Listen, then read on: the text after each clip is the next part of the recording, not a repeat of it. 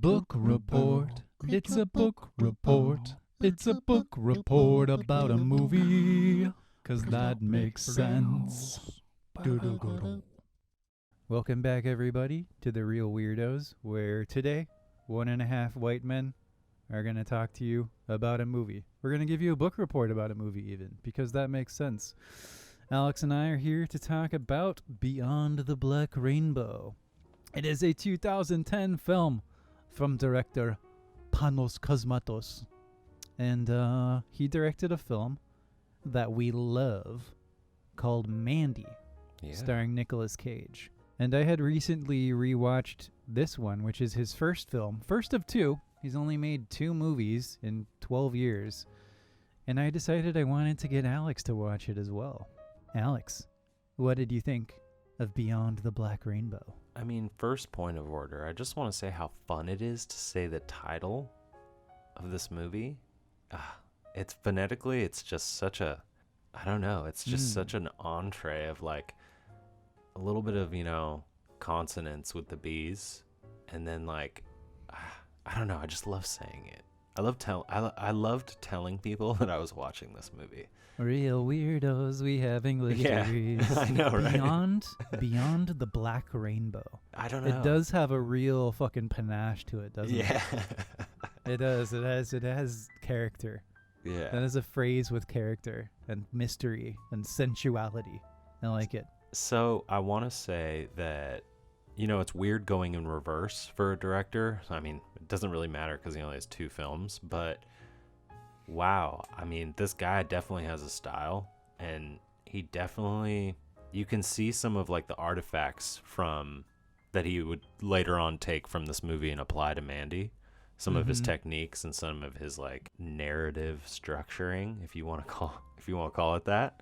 But I enjoyed this movie a lot. I enjoyed it less than Mandy, but yeah, I always think of your saying, right? You don't have to like something, but you should respect at least when it's well done. And I don't dislike it, but there are some issues that I have for sure.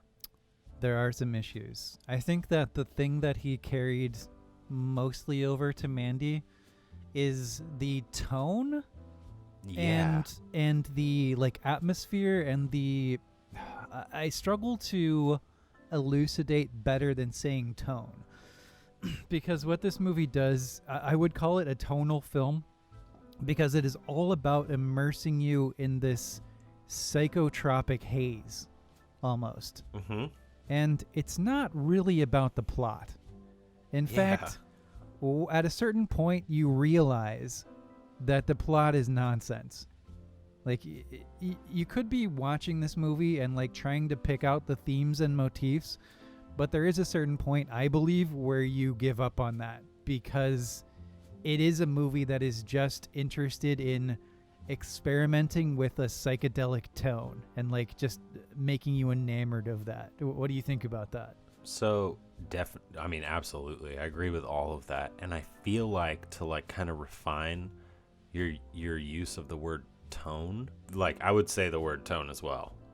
And I think to get like more specific, they're the shots that are static, almost static. I mean, they're very slow moving. That they're like some of them are static, and the obscured like or obfuscated field of view, so abnormal. Like you have a girl sitting in a room, right? And instead of like long shots or pans of her where she's in the center of the room, you'll have the camera like right up close, like 30 degrees underneath her chin, and it'll sit there for like 30-40 seconds. And he'll do something with like the blurring and the grain on the film to like you said, kind of like induce this like almost like hallucinogenic type effect. It really, really, really hides the plot. Because like you said, at like one point I was like, wait, what's happening? The whole movie, you're like, what the shit is going on here? Because you basically have this psychic girl in some kind of deprivation chamber. Being like weirdly interviewed by this creepy ass guy, and then it sort of zooms out from her and you focus on him, and he's got this lady that he lives with. That's weird, and you find out that I don't even know, man. Rosemary, that's what her name was. Rosemary. You find out that he was involved with this doctor at this compound that the movie takes place in. That has to do with entering this like black bath, this like dune bath almost that the Baron goes into. Yeah, exactly. It did. And then entering basically like the best, the coolest drug trip I've ever seen on film. Oh, really? Next to Mandy. Yeah, I fucking loved it. I don't know what it is. I don't know what it is about like the tone that Panos Cosmatos cultivates. What a name, by the way. Oh, I know. I love it. So mythical. But like, I want him to make more movies. And I know I'm like trailing off here, but the drug trip is just wild. It's so cool. But it doesn't make any sense. Yeah. It's like he comes out of it and he's like, he looks like Max Schreck from the old Nosferatu mixed with Maynard James Keenan from Tool. I don't know if he's supposed to be a vampire or what. And then like she escapes. This is where the movie this is where the movie became really weird because it deals with this anticlimax where he just hits his head on a rock. Also, when she escapes, you deal with this like spatial nonsensicality where like the configuration of this compound she's escaping from makes no sense. And it also just becomes a haunted house. Like, I actually laughed when I think, like, I don't know, that guy rose from his cocoon and was, like, slobbering on the window. You know what I'm talking about? Yeah. I mean, that's what I'm saying, though, with, like, the actual setup, the technical aspect of the shots. Like, spatially, Cosmatos is fucking weird. And I don't mean that in, like, a negative way, but it's interesting. And it's unsettling. But, like, am I the only... Whenever I watch his movies, like, even Mandy, there were some moments where I felt like my head was turned, even though it, like, wasn't. And I don't know. This movie is not as tight or, like, as fluid or smoothed out as Mandy is. No. And the dialogue, like, the lack of dialogue aside from Niall, the main character, the lack of, like, normal human dialogue was, like, very unsettling to me. Because... I don't know. I was just like, will you guys speak to each other, please? Will someone speak? These, like, strange, like... I will say, my favorite thing about the director, about him so far, Panos, is, besides his name, right, is the way he plays with noise. And, like, music and soundtrack. Not just, like, music, but sound in general. And I feel like he has a hand in it, because it's pretty consistent with Mandy. So I feel like this is, like, something that he probably... likes to play around with. Really quick, do you know if the cinematographer is the same? I do not know. One thing though is that this would be a completely different movie with a different soundtrack. You're right. So much of it is just depending on the interwoven nature of these really slow, gorgeous images and also unusual images with the sort of dreamlike pulse of the soundtrack. It feels like, and you're right, it does carry over to Mandy tonally and stylistically in different ways. Mandy's definitely a much better movie. This movie was not very well liked, but so all these things come together and they make me think that Panos Cosmatos is, in both this and Mandy, he's like capturing the essence of a wild drug trip that he had. And it makes me feel like I want to fucking, not necessarily take acid with him, but like hang out with him the morning after. You know, be the only two people awake at the party and have that conversation. Okay. That's like the coolest conversation. And I don't know. This movie fascinated me. It's incredibly slow. Oh yeah, definitely. To the point like where neither critics nor audiences really enjoyed this movie. I think you really have to be on a certain wavelength to enjoy it. And whether that wavelength is you've done a bunch of LSD or not, I don't know. I have to talk to other people who enjoyed it, but it is operating on that level for sure. It's just like you're just in the minutia of this weird trip. And none of it necessarily means anything. But I was just like, whoa, the whole time. I was just sitting there like, whoa. Yeah, I mean, some of the themes that they touch on are not even necessarily the themes that they touch on, because I don't want to call them themes. Yeah, what themes? Sensory deprivation, Hellraiser, drug trips? The Sentionaut or whatever, that thing in like the astronaut suit, like it was all red. Like, I just thought, like, I don't know, like, he has this weird way of playing with imagery that like tricks me into thinking it's a little meatier than it is, and it really doesn't mean anything, or at least I can't deduce it from this watching. When did you realize that though? Because I bet for the first like 2/3 you're trying to dissect it and thinking that it's gonna go somewhere, like really come to a head, right? Well, I mean, honestly, the part maybe when you're talking about, like, or even when he, just before that, when he's like meeting the old man that started the Institute, Arborea, you know? Dr. Arborea. And like they're speaking to each other, and he's having like the flashback, and he goes into that liquid, and he has like these insane visions, right? Like, yeah, he goes to Hellraiser world. Yeah, exactly. Or something, a psychedelic version of it. I don't know. And I was like, at that point, I was like, okay. But you know, there are directors like him that I feel like play with these techniques and are less adept sometimes, or less, not adept, let's say, not as like voluminous narratively as other directors, but I have like a kind of a trio in my head, right? So we've talked about Gaspar Noé, who I feel like, it's hilarious, you would do acid with him all throughout, you know, the night, and then you would have a conversation with Cosmatos the next morning. But I think Refn fits really well into this little genre of them. But Refn definitely has narratives. But I mean, I think of Valhalla Rising. Yeah. I don't know. I feel like they would like each other, or they dig each other's style. Yeah, very slow, dreamlike films. This one is less meaningful than either like Enter the Void or Valhalla Rising. Mm-hmm. Mandy gets silly as well, but it gets silly in a way that works. If you're operating on a very specific wavelength, that movie is like the best art house film I've ever seen, mixed with like almost like an Evil Dead style, where Nicolas Cage builds like the axe of eternity, and fights a guy with a chainsaw. You know, when he's riding around with blood all over his face in his car, just like zooming through the forest. Oh my God.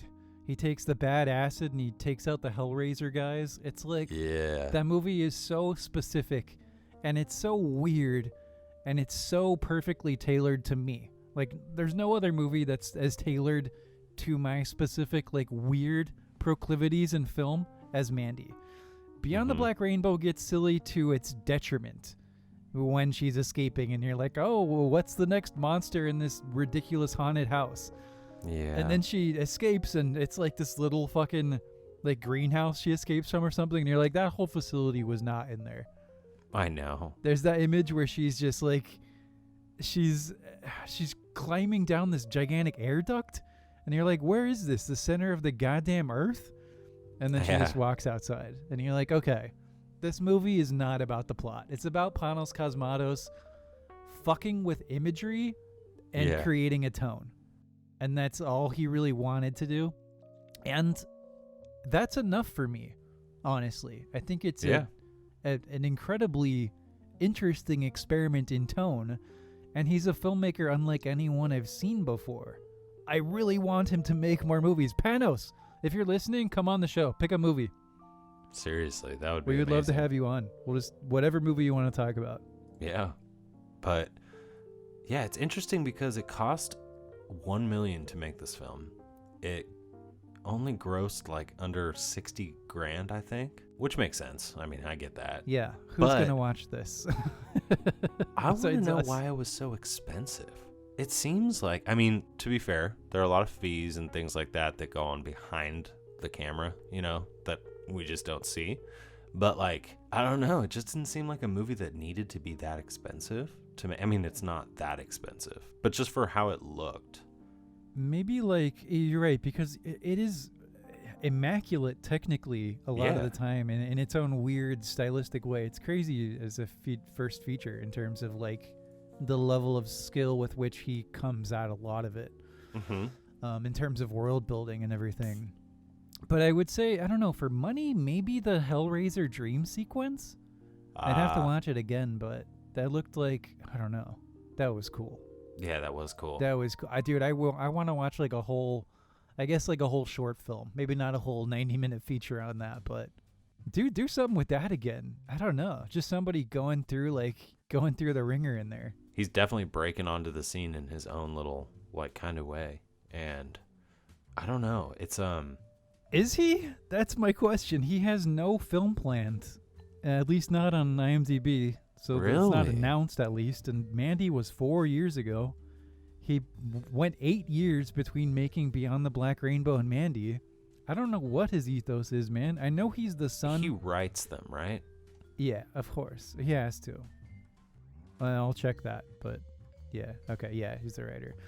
But he's the son of George Cosmatos, who directed some Stallone movies. He directed Rambo 2. And is the credited director on Tombstone. So, damn. And I guess he used some of that money, some of that Rambo money to make his movies. But I want him to make more. Panos, if I had money, I would throw it at him and just tell him to make what he wanted. Like, make whatever you want. Just take the money. I wonder if like his lack of like making more movies has to do with money, or if he's just not interested. He's like one of those weirdos who's just like, no, I'll do it when the time is right. You know? Yeah. I don't know how much interest the world had in Mandy. I really don't. I think it's in my top 10. There's some writers, right, who like are real serious about what it is that they put out, and they go through massive like lengths of time editing, rewriting, editing, whatever it is. So maybe he's like that. Maybe it's not even, I mean, it would suck, but maybe it's not even like a focus of his in life, you know?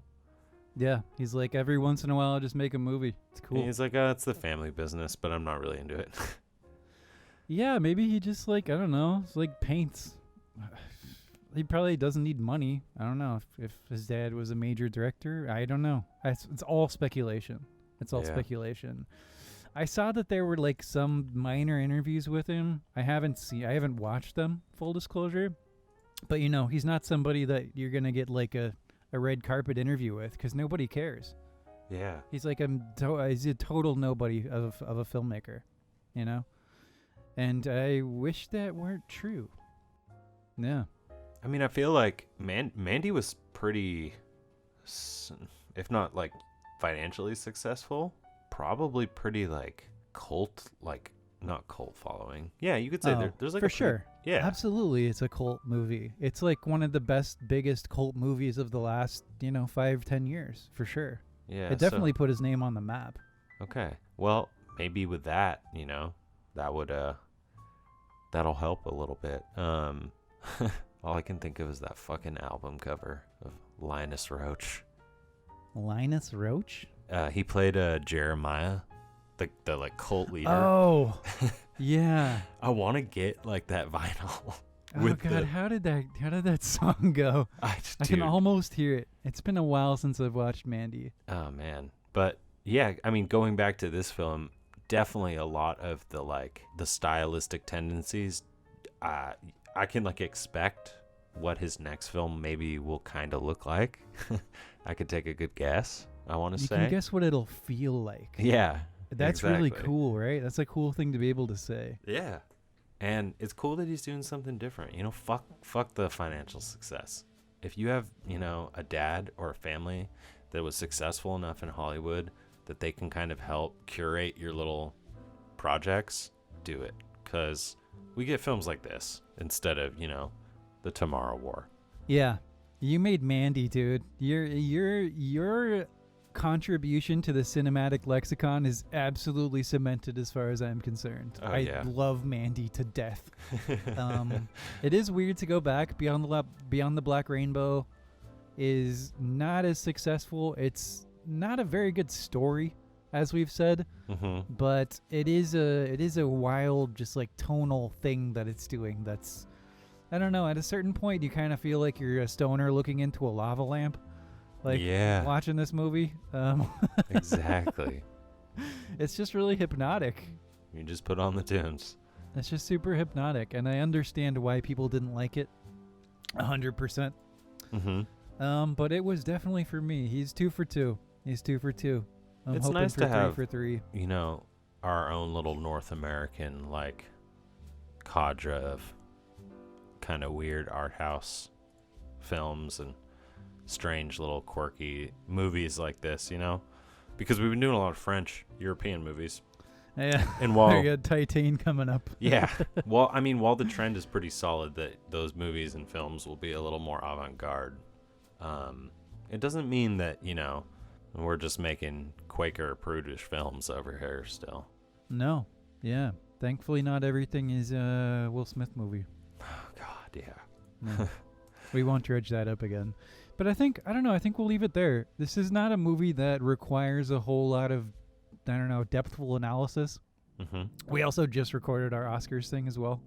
But I don't know. I did want to highlight this movie because it is super interesting and a really cool origin story of a filmmaker who I feel like has yet to, like, I don't know. Make more stuff, Panos. Make more stuff. What a wonderful name.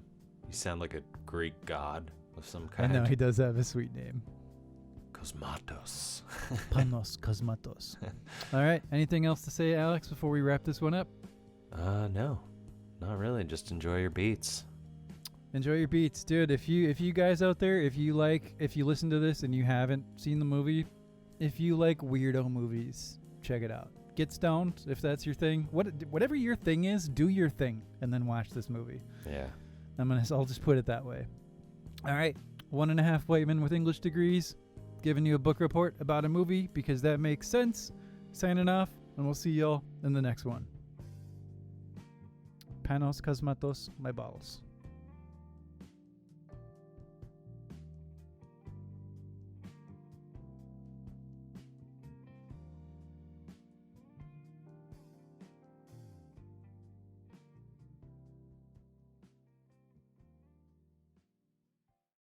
Chicka chacka chapo. Now our podcast is done, and we have to run. We know it is sad, but we had so much fun. Don't be bereft, Jesse, Alex, and Jeff. We'll be back real soon. The Reel Weirdos. We talk about movies for way too goddamn long. Boo, boo, boo, boo.